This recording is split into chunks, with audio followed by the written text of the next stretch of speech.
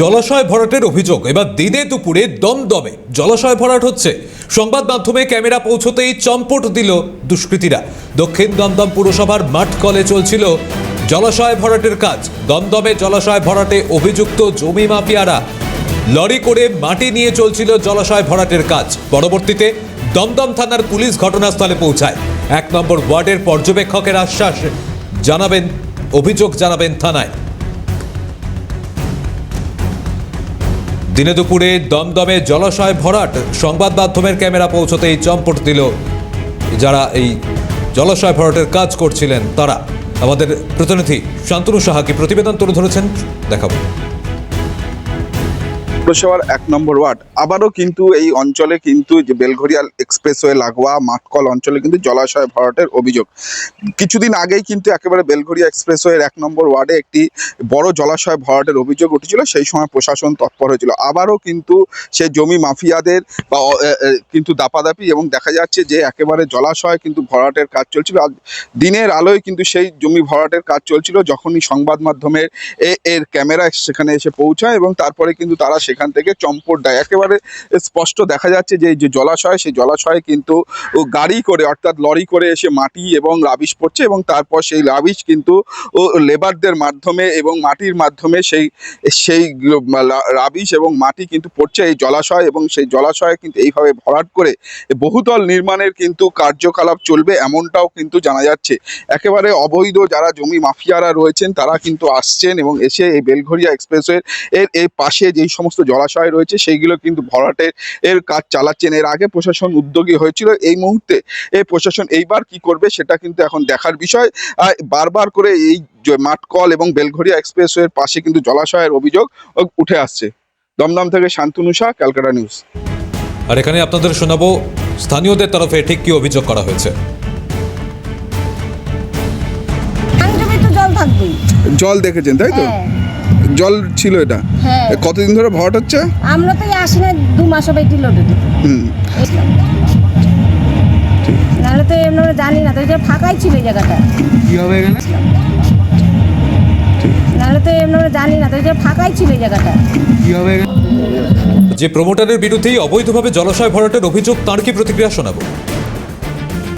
আমার মুখে দেখি লাভ আছে?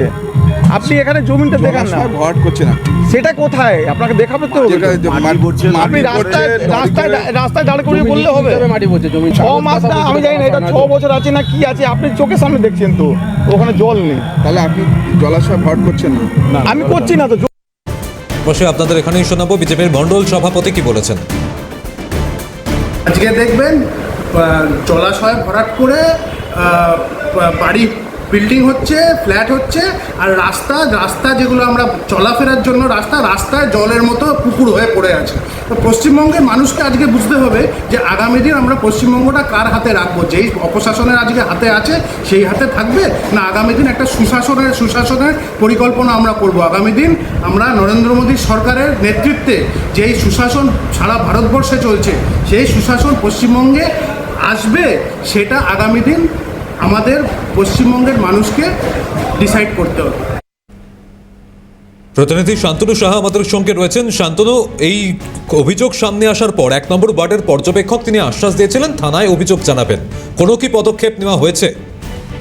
দেখো, এই খবর কিন্তু যখন আমরা সেখানে পৌঁছাই এবং পৌঁছানোর পরে কিন্তু দেখা যায় যে সংবাদ মাধ্যমে ক্যামেরা দেখে যারা এই অবৈধ কাজ এবং জলাশয় ভরাটের সঙ্গে যুক্ত ছিলেন তারা কিন্তু সেখান দিয়ে পালিয়ে যান, এবং পরবর্তী সময় কিন্তু পুলিশ আসে, এবং পুলিশ আসার পর কিন্তু সেই সমস্ত জায়গা আর যে কারা ভরাট করে সেই সমস্ত তথ্য তারা সংগ্রহ করার চেষ্টা করেন, এবং তারপরেই দেখা যায় যে এই জলাশয় ভরাটের কাজ কিন্তু এই মুহূর্তে বন্ধ রয়েছে, এবং এই নিয়ে কিন্তু তরজা শুরু হয়েছে দমদম অঞ্চলে।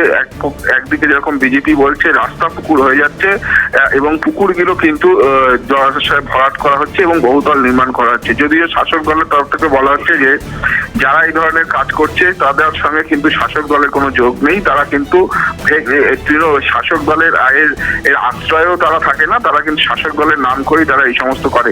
এবং এই ঘটনায় কিন্তু স্থানীয় পর্যবেক্ষক অর্থাৎ 1 নম্বর ওয়ার্ডের পর্যবেক্ষক প্রবীর পাল, তার নজর কি করে এড়িয়ে গেল সেই নিয়েও কিন্তু প্রশ্নচিহ্ন উঠছে। এবং তুমি জানো যে এই বেলঘরিয়া এক্সপ্রেসওয়ে এবং তার পাশে একাধিক এই ধরনের জলাশয় রয়েছে এবং সেগুলো নানান সময় ভরাটের চেষ্টা করা হয়।